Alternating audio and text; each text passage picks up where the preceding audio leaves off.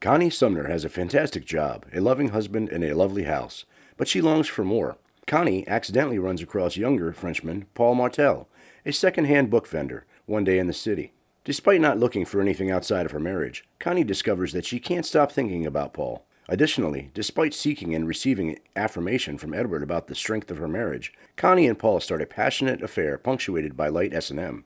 She feels constant excitement and guilt about the affair. Over time, Edward starts to see signs that both his marriage is having problems and that Connie's accounts of her daily activities are not accurate. Hey guys, welcome to our channel, Mystery Recaps. Today we will recap a 2002 thriller romance movie named Unfaithful. To know what happens later, keep on watching the video and don't forget to subscribe to the channel. A three-person family is shown in the opening scene of the film, going about their daily lives. Edward is the family's father, while Connie is the name of his wife. While dropping Charlie off at school and making his way to work, Edward is accompanied by his wife. Connie is then seen boarding a train to travel to the city so she may go shopping. The dress Connie was wearing, as she made her way through the streets in search of a taxi, was uncomfortably blown by the day's apparent breeze. She ran into a young man named Paul, who was carrying a stack of books as she struggled to see. Their possessions were dispersed all over the place when they both collapsed. Paul assisted Connie in gathering her dispersed purchases off the sidewalks. Connie showed her appreciation by helping the man choose his books as well. She asked Paul to stop the cab for her so she could get on the train and go home. Paul saw that Connie had hurt her knee and offered to help her clean it because his place was only a short distance away. She nodded in agreement and headed towards Paul's flat, which was stacked with loads of bookshelves. The young man was obviously either a reader or a writer. However, when questioned, he admitted to being a book salesman. Connie eventually cleansed her scraped knee in the restroom.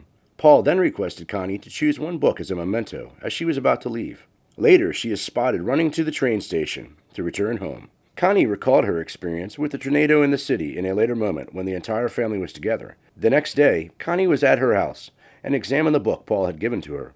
A sticky note with Paul's phone number fell out of the book when she opened it. The next day, Connie went to a phone booth to contact Paul and express her gratitude for his kindness. Paul asked Connie where she was at the moment and requested to pay her a visit. Connie stood silent for a moment and then agreed. Paul was waiting for her when she got there. Connie was completely enthralled by all the books in Paul's flat. Connie gradually accepted the cup of coffee that Paul gave. Connie became engrossed in a book that had been written in brailles, but she had no idea how to read it. Paul asked her to close her eyes, and when she did, he instructed her to move her hand carefully over the braille as he said the phrases. Connie asked to leave after sensing the tension created by the act. Although Paul didn't want her to go, he told her to take care of herself as she was departing. Edward realized Connie was quite agitated while they were both at home. Edward was unable to comprehend her thoughts since she was lost in them. The next day, Connie visited Paul's flat on her own and brought muffins with her. A peculiar music was being played, which Connie really liked. Paul then inquired as to her desire to dance. With the music playing in the background, they both began to dance.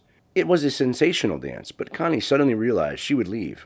Unfortunately, she had forgotten her coat. Paul carried her toward his bed as she returned to pick it up. What do you think? Should Connie have gone back for her coat? Let us know in the comments section. The next scene shows Connie riding a train. She appeared to be entering some amazing recollections of what had happened in Paul's flat right on his bed. She remembers how oppressive Paul was. She recalled several conflicting events between the two.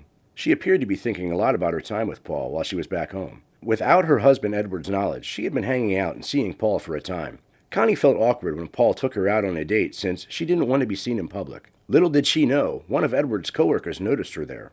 Edward began to have some suspicions about Connie, but there was no solid proof, so he was unable to question her.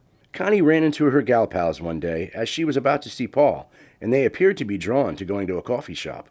In order to keep the two curious pals from finding out where she was going, she went with them. Paul walked into the coffee shop without saying anything to Connie. They both went to the bathroom at the same moment and made out with each other. This was dangerous, but they both felt that pushing past the limits is what makes experiences memorable. She returned and sat down at the table with her pals. Her friends steered her in the direction of a gorgeous guy who appeared to have attracted the ladies. Connie dismissed the notion since she didn't want them to guess anything about her relationship with the attractive young man standing at the bar counter. Edward's concern became stronger over time as his coworker made judgment calls about his wife and teased him about his family. Ultimately, Edward hired a spy to follow Connie to relieve his fears. Edward informed Connie that he will be spending some time away from home since he is flying for Chicago the following day. Connie took advantage of the chance to frequently catch up with Paul as the paid spy continued to take photographs of them and afterwards showed the proof to Edward. Edward couldn't bear to think that his wife was cheating on him. Connie dialed Paul's number out of desperation and regret, but when he didn't answer, she went directly to his flat.